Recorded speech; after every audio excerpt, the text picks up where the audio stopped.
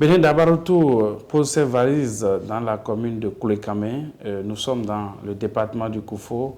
Ici, nous recevons le secrétaire exécutif de cette commune avec qui nous allons aborder les questions ayant trait à la réforme du secteur de la décentralisation. Nous allons faire un bilan de cette réforme, savoir ce qui a marché, savoir les actions qui ont été menées, les impacts de ces actions et certainement les perspectives. Monsieur le secrétaire exécutif, bonjour et merci de nous recevoir chez vous. Bonjour, monsieur le journaliste. Oui. Je m'appelle Ndantia Albert, secrétaire exécutif de la mairie de Koulekame. Merci, monsieur le secrétaire exécutif, de nous recevoir.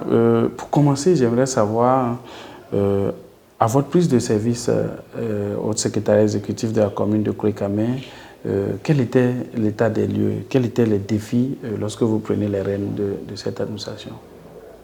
Merci, monsieur le journaliste. À ma prise de service le 25 avril 2022, les défis et les enjeux étaient nombreux. D'accord. Comme vous pouvez le savoir, c'est une réforme qui est en cours d'implémentation. Oui. Et la réforme vise à réduire un tant soit peu les interférences de politique dans la gestion de l'administration et des ressources humaines. Et donc, vous comprenez avec moi que c'est que le législateur a constaté que les choses ne se passaient pas très bien, oui, et a proposé une réforme du secteur de la décentralisation. Oui. Et donc, nous avons pour mission de redresser les choses, de mettre les choses dans l'endroit, oui, pour que désormais on puisse avoir des communes qui fonctionnent très bien, qui mobilisent assez de ressources propres et qui arrivent à régler les problèmes des populations. D'accord. Donc, entre autres défis, c'est que nous avons constaté que le niveau de mobilisation des ressources est très faible et que, à tout point de vue, il se passe que l'administration tourne au ralenti. Et il fallait, de notre point de vue, revoir tout ça et mettre les choses à l'endroit.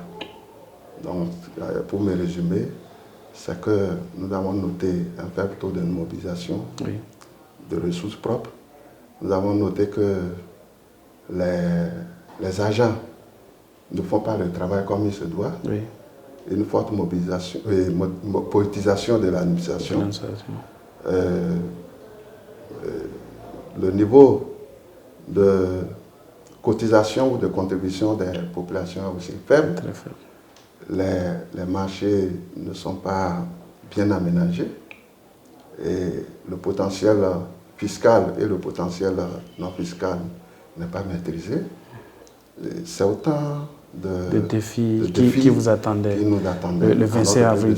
Voilà. Aujourd'hui, nous sommes à environ un an. Oui. C'est sûr, lorsque vous êtes nommé, vous êtes désigné nouvellement ici à la tête d'une administration et vous voyez autant de défis, vous n'avez pas pris peur avec autant de défis qui vous attendaient? Oui, c'est vrai.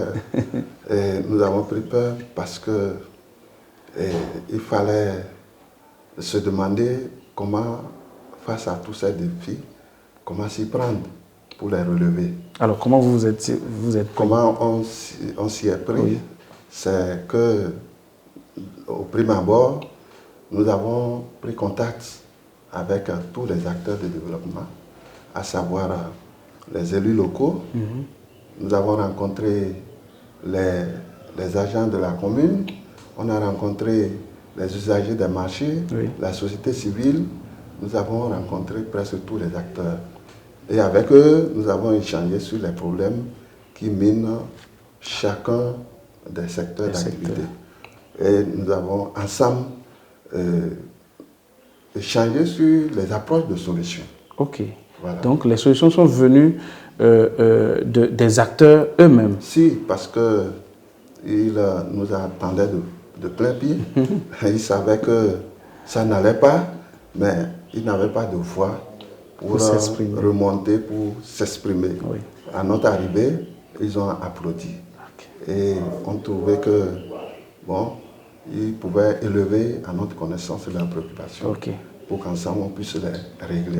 Les résoudre. Monsieur le secrétaire exécutif, vous avez parlé tout à l'heure des défis qui attendaient sur le plan administratif avec les agents qui n'étaient pas forcément bien organisés, où il y avait la politisation.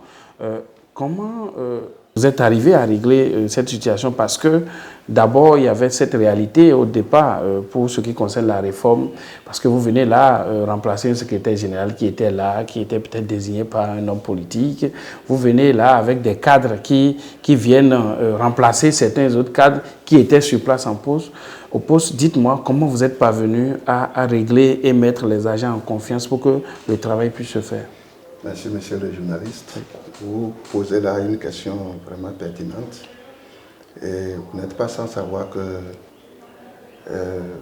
dès l'annonce de la réforme, ça a commencé à bouger dans les mairies. Oui.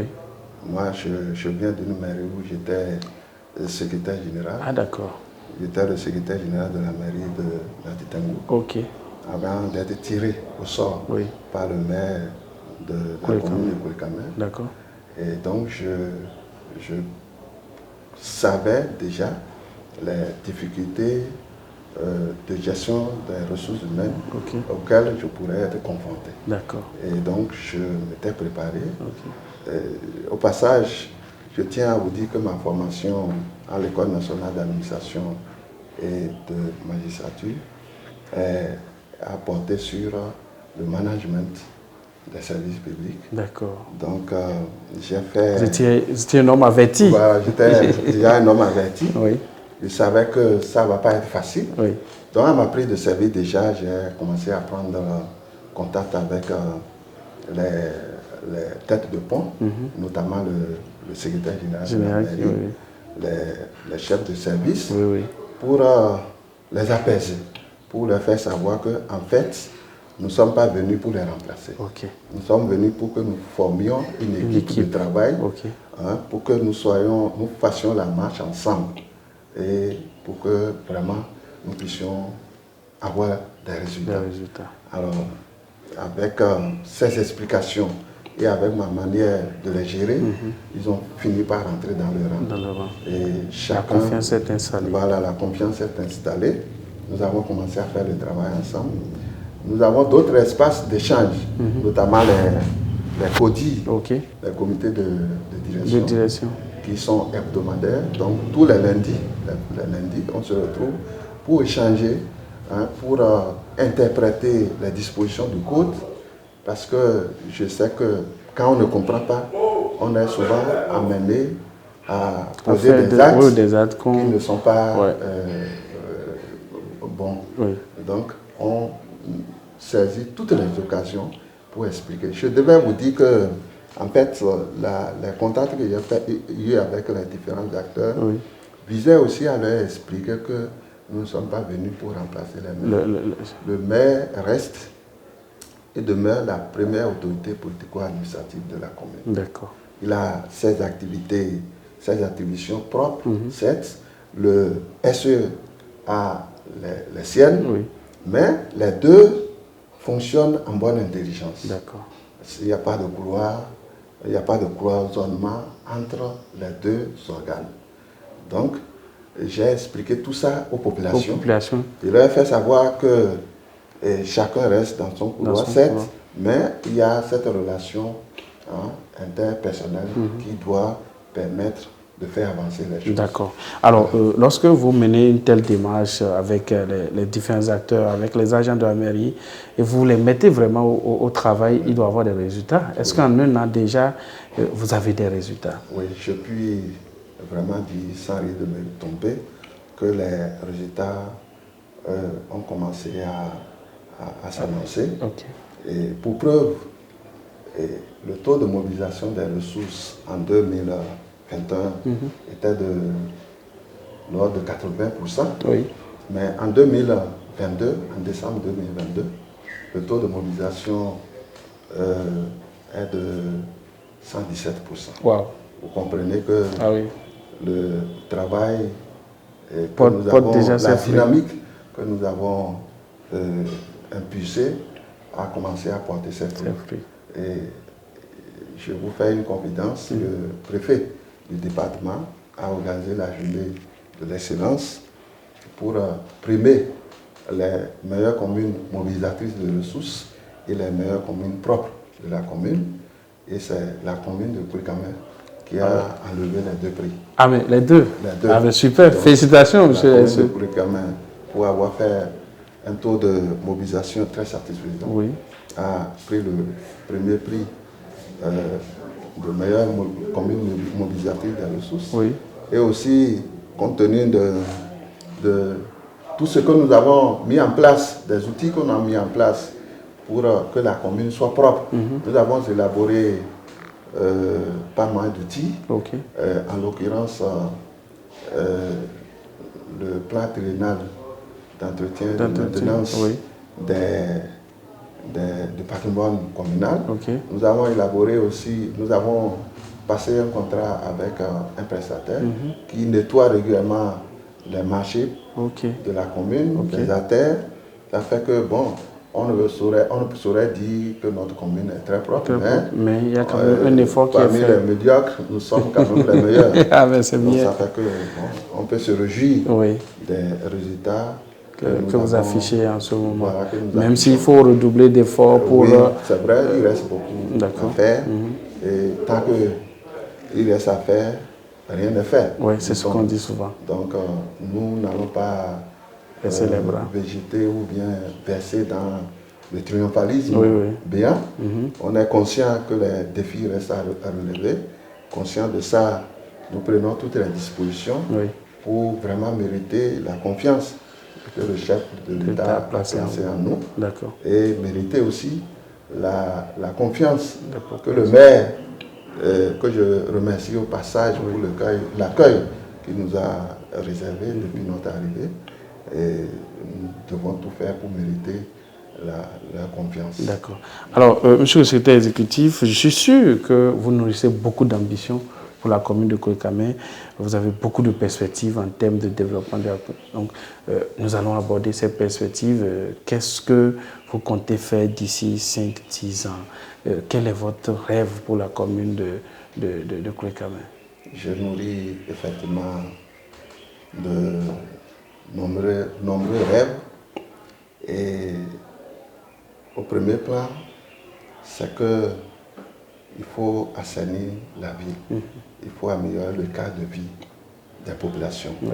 Et pour le faire, il faut forcément que la ville soit lotie.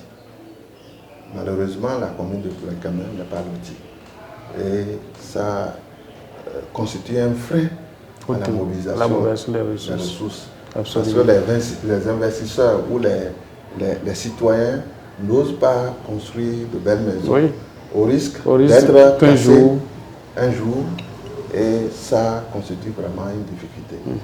En dehors de ça, il faut régler le problème de couverture de la fourniture d'eau potable.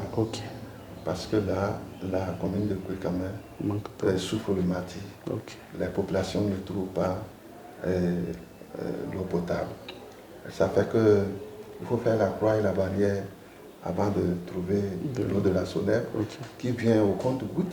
C'est autour de 4 h du matin.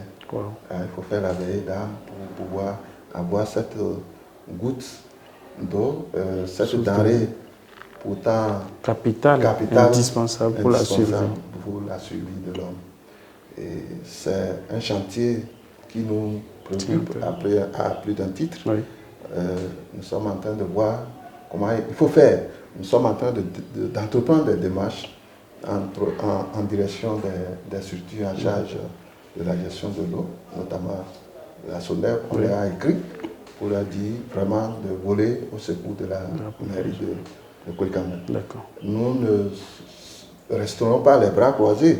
Nous sommes en train de prévoir une ligne budgétaire pour réaliser un forage au niveau de la mairie. Et qui sera équipé d'un poteau d'incendie. Parce que la commune ne dispose pas de poteau d'incendie.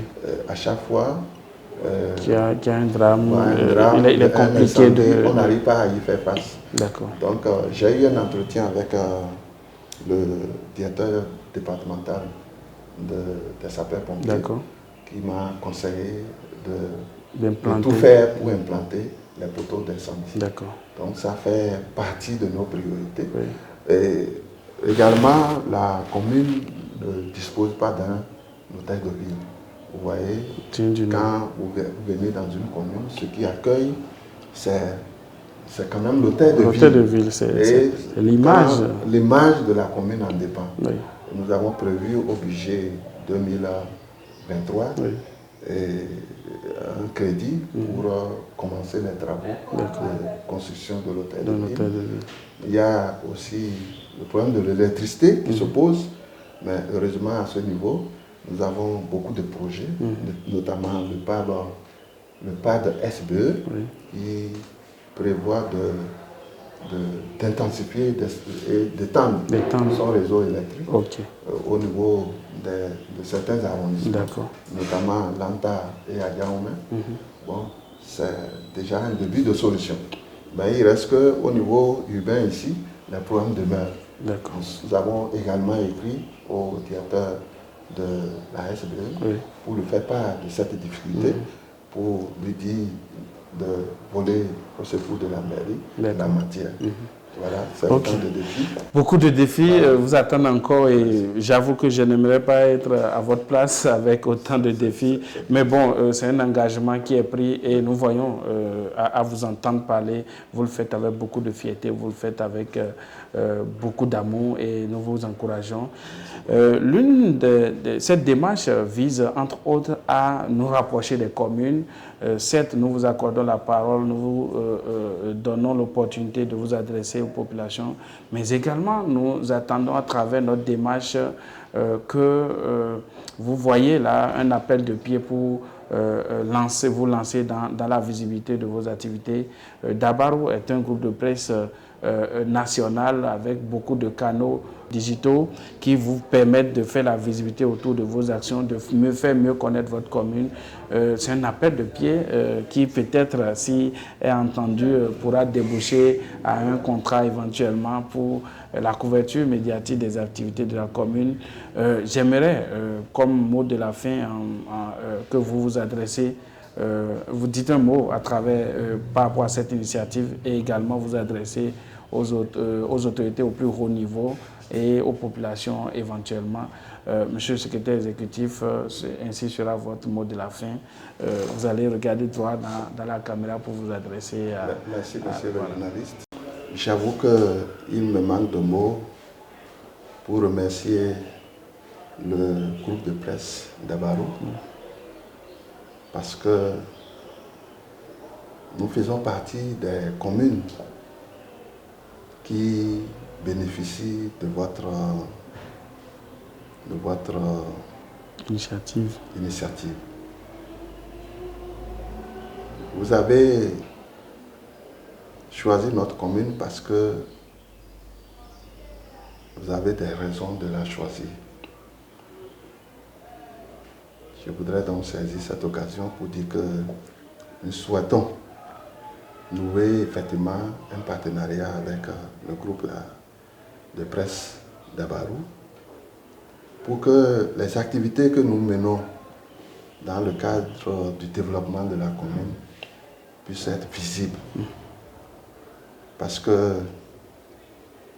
lorsque vous travaillez pour la population et cette population n'est pas informée des initiatives que vous prenez, des services que vous leur rendez, ça peut plomber la mobilisation des ressources, ça peut plomber leur participation citoyenne, leur participation à la gestion de la cité. Donc, je crois qu'on ne trouvera aucun inconvénient à être avec vous.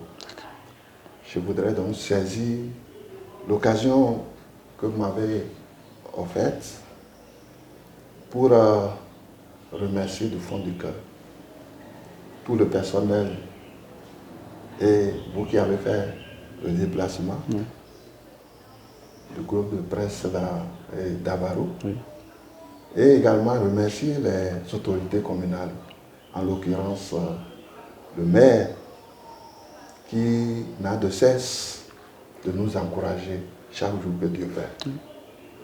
Il a compris le sens de la réforme et il fait tout pour que ça soit un succès. Remercier les adjoints au maire et le personnel administratif. Remercier tout ce monde pour leur accompagnement, pour son accompagnement. Les populations, les inviter vraiment à s'acquitter de leurs contributions, de leurs impôts. Sans impôts, sans leur participation, on ne peut pas avoir les ressources nécessaires pour financer le développement, pour assurer leur bien-être intégral. Je voudrais également remercier le préfet du département. Le préfet du département du Koufo, c'est un homme hors pair. Il est toujours à nos côtés. Il nous conseille. Il fait tout pour veiller au grain, pour que rien ne lui échappe. C'est un travailleur. Et nous faisons tout pour nous modéliser sur lui, pour être comme lui. Je voudrais, pour finir, remercier le chef de l'État qui a apporté de toutes ses forces cette réforme. Je sais qu'il attend de nous des résultats. Nous ferons tout notre possible pour ne pas le décevoir. Nous sommes dans une mission très compliquée, certes, mais chacun doit redoubler de stratégie et de leadership pour effectivement donner les résultats. Merci. Je vous remercie. Le message, il est clair, il est assez évocateur et il exprime une satisfaction en termes de rendement, une satisfaction en termes de chemin parcouru et il est empreint de beaucoup d'engagement, de beaucoup de volonté de mieux faire. Alors nous sommes très contents d'être reçus dans la commune de Koulikamé. Nous étions avec le secrétaire exécutif avec qui vous avez suivi, nous avons fait le point, le bilan de cette réforme et nous nourrissons de l'espoir que ce chemin qui est déjà emprunté va se poursuivre, les résultats vont se poursuivre et la commune de Koulikamé se portera mieux, de mieux en mieux. Merci de nous avoir suivis. Béné Dabartou, à la prochaine étape.